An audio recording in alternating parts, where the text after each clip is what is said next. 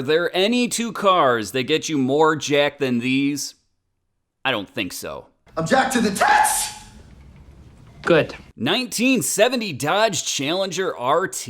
And looking at this Challenger, do you think it has the base 383 or perhaps something a little bit more potent?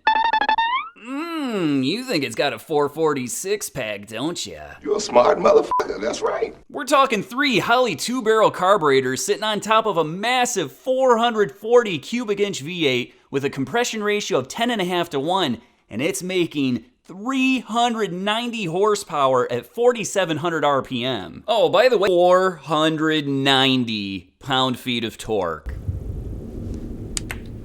Something wrong? The bottom line, this Challenger's not going to take it easy on anybody, be it a drag race or a pillow fight.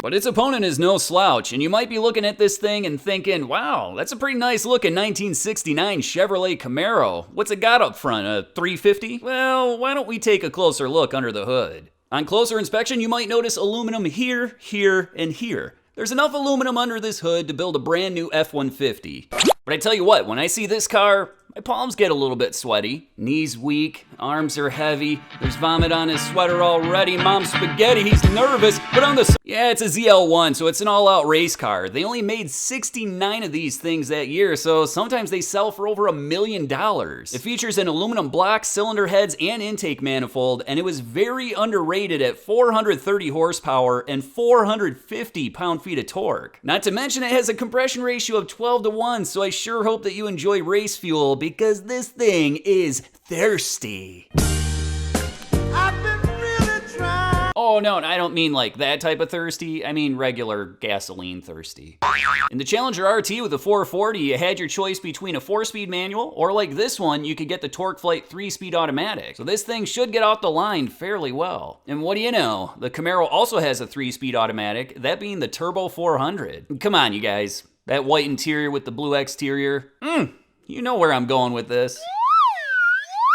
Out back, the Challenger's got a drag race friendly set of 430 gears. Meanwhile, the Camaro's got a set of 410 gears, which isn't quite as aggressive, but it does pair up very well with that ZL1 engine. So if I was that Challenger, I'd be starting to sweat a little bit, kind of like Ben Shapiro at a feminist rally. Wet ass P-word.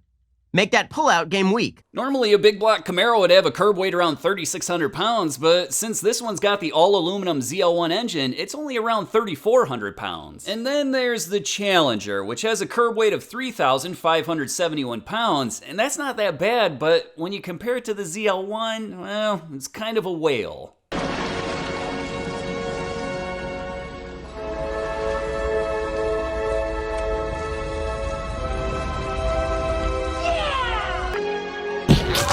What the fuck? As you can probably imagine, the Camaro ZL1 was a very expensive car. The base Camaro in 1969 started out at $2,727, and then the ZL1 package was another $4,160, not to mention you had to pay for these other things. And that gives you an absolute cheapest total of $7,287 for this car, and adjusting for inflation, that's $51,669 today. Oh my God! The Challenger, on the other hand, was a really good deal. The base RT was only $3,266. The TorqueFlite automatic transmission would set you back $227, and then that 446 pack was another $249. It gives you a grand total of $3,742, and adjusting for inflation, that's only $25,097 today. A little bit more information for you guys. At the time of filming, the temperature was 91 degrees, humidity 49%, but it was in upwards of 87% just 2 hours earlier. Elevation 754 feet, and barometric pressure was 29.02 inches. All right, place your bets. Let's see what happens.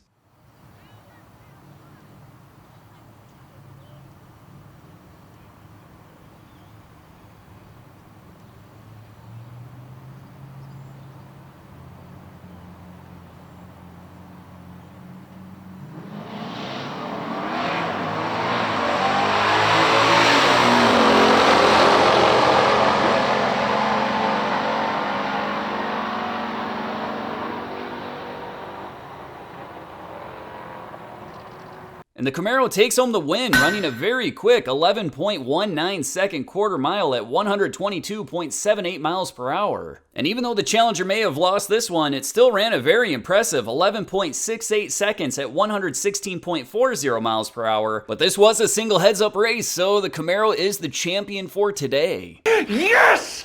Yes! Feel that, buddy? Huh? Huh? How about we check out that race one more time?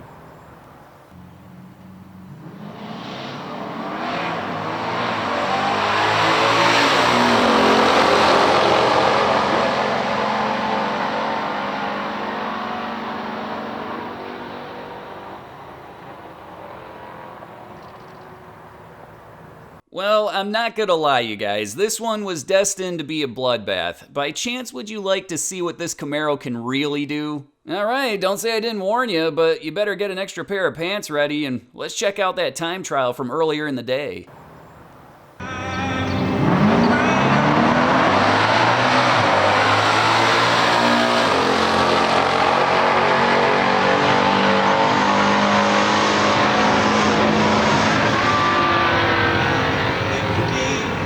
Yep, 10.88 seconds at 124.48 miles per hour. What do you guys say we check out one more race with the Challenger taking on a different opponent? And in this clip, the Challenger lined up against a 1968 Pontiac Firebird during time trials. The Firebird is absolutely fantastic. It's got a 400 cube V8, 330 horsepower, 3-speed automatic transmission, and it weighs in around 3,600 pounds. By far, its biggest limitation is the rear gearing, which is only 308. Regardless, let's see what happens.